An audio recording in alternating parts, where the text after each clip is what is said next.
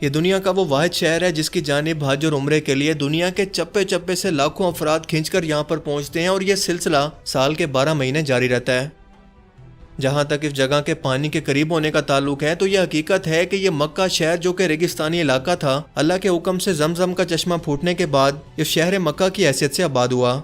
یعنی اس مکہ شہر کے پاس لوگ اس وقت آ کر آباد ہونا شروع ہوئے جب یہاں پر یہ زمزم کا پانی کا چشمہ پھوٹا۔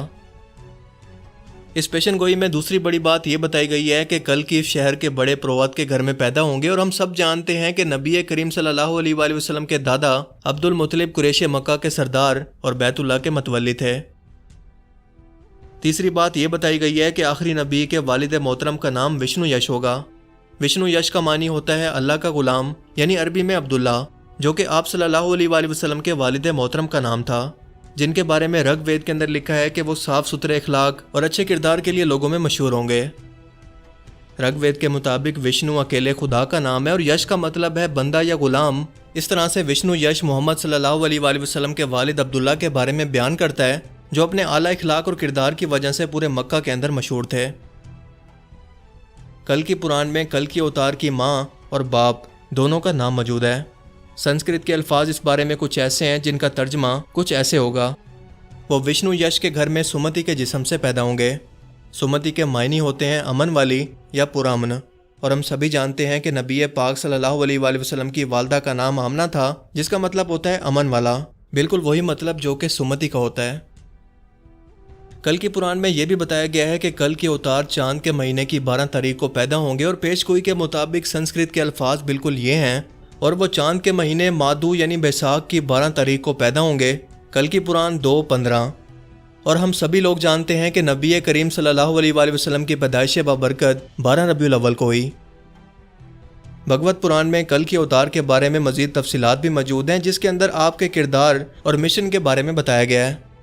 رومن حروف میں سنسکرت کے الفاظ کچھ ایسے ہیں کہ وہ تمام اچھی صفات کی واحد امید اور خدا کی عطا کردہ 8 خصوصیات کی حامل شخصیت ہوں گے۔ وہ دنیا کے سردار ہیں جو دیودات نامی گھوڑے پر سوار ہوں گے اور برائی کے علم کو اپنی تلوار سے ہلاک کریں گے۔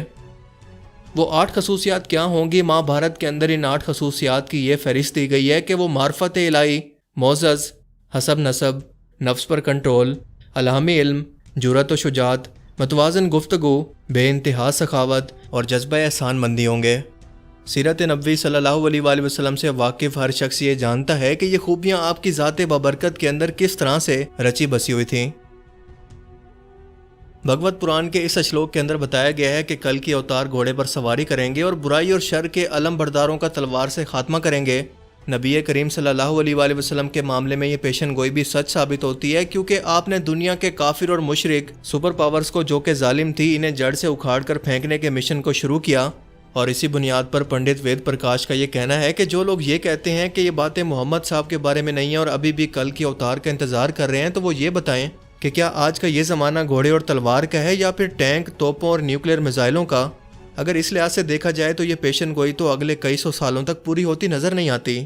اس کا مطلب یا تو یہ پیشن گوئی غلط ہے یا پھر ہم اسے صحیح سے سمجھ نہیں پا رہے، کیونکہ وہ کل کے اوتار محمد صلی اللہ علیہ وآلہ وسلم ہی تھے جن کا زمانہ گزر چکا ہے۔ اسی لیے آج کے دور کے اندر جو لوگ بھی اس گھوڑ سوار شمشیر زن کل کی اوتار کا انتظار کر رہے ہیں وہ غلطی پر ہیں۔ محمد صلی اللہ علیہ وآلہ وسلم اور ان کے ساتھی پورے جزیرے عرب سے کفر اور باطل کا خاتمہ کر کے اور اس وقت کی عالمی طاقتیں روم اور ایران کو فتح کر کے 1500 سال پہلے اس پیشن گوئی کو مکمل کر چکے ہیں، لیکن ہمارے پنڈت ان باتوں کو چھپاتے ہیں۔ ایک اور اشلوک میں کل کے اوتار کے بارے میں یہ بتایا گیا ہے کہ وہ دیودات یعنی خدائی گھوڑے پر سواری کریں گے، اور نبی پاک صلی اللہ علیہ وآلہ وسلم کی سفر معراج کی سواری براق اس پیشن گوئی کو بھی پوری طرح سے سچ ثابت کرتی ہے۔ کل کی پران کی ایک اور پیشن گوئی ملاحظہ کیجیے جو کہ کل کی اوتار کے 4 قریب ترین ساتھیوں کے بارے میں ہے کہ وہ اپنے 4 ساتھیوں کے ساتھ مل کر شیطان کو تباہ کر دیں گے۔ کل کی پران 2:5۔ نبی کریم صلی اللہ علیہ وآلہ وسلم کے جو قریب ترین ساتھی آپ کی زندگی کے اندر آپ کے شانہ بشانہ ظلم اور باطل سے نبرد آزما رہے، آپ کے ساتھ مل کر لڑتے رہے، اور آپ کی وفات کے بعد خلفۂ راشدین کی حیثیت سے اسلامی ریاست اور مسلمانوں کی سربراہی بھی کرتے رہے، ان کی تعداد بھی 4 ہی ہے، اور ساری دنیا انہیں ابو بکر، عمر، عثمان اور علی کے نام سے جانتی ہے۔ یہ بات تو بطور مسلمان ہم سبھی لوگ جانتے ہیں کہ اللہ تعالیٰ نے مختلف غزوات کے اندر نبی کریم صلی اللہ علیہ وآلہ وسلم کی فرشتوں کے ذریعے مدد فرمائی، جس کا ذکر قرآن کریم میں موجود ہے۔ کلکی پران کے بارے میں بھی یہ بات بیان کی گئی ہے، اور سنسکرت کے الفاظ کچھ ایسے ہیں کہ جنگ کے میدان میں ان کی دیوتاؤں یعنی فرشتوں کے ذریعے مدد کی جائے گی۔ فرشتوں کے لیے دیوتا کا لفظ استعمال کرنا ہندو مذہب کے اندر ایک عام سی بات ہے۔ اگلے 2 اشلوکوں کے اندر یہ بتایا گیا ہے کہ آپ بے مثال نورانی شکل و صورت اور پاک جسم کے مالک ہوں گے اور بادشاہوں کا روپ دھار کر ڈاکوؤں کا خاتمہ کریں گے۔ جب سارے ڈاکو ختم ہو جائیں گے تو شہر اور پورے ملک کے اندر راست بازی اور پاکیزگی کا دور شروع ہوگا۔ ڈاکوؤں سے مراد یہاں پر واضح طور پر ظلم کے نظام کے کرتا ڈرتے ہیں، اور یہ حقیقت کس سے چھپی ہوئی ہے کہ حضرت محمد صلی اللہ علیہ وآلہ وسلم کی صرف محض 2 دہائیوں کی جد و جہد کے نتیجے میں ظلم اور ناانصافی کے نظام اور باطل کے علم برداروں کا مکمل طور پر خاتمہ ہو گیا، اور پوری فضا نبی کریم صلی اللہ علیہ وآلہ وسلم کے لائے ہوئے نظام عدل اور رحمت کی خوشبو سے مہک اٹھی۔ محمد عربی صلی اللہ علیہ وآلہ وسلم وہ ہستی ہیں جن کے بارے میں قدیم مذاہب کے ماننے والوں کو خود ان کی مذہبی کتابوں میں کھلی خوشخبریاں اور پوری انسانیت کے مسلم لیڈر کی حیثیت سے تسلیم کرنے کی ہدایت دی جا چکی ہیں، جن کی بنا پر نبی کریم صلی اللہ علیہ وآلہ وسلم کی شخصیت ان کے لیے اجنبی ہرگز نہیں ہے۔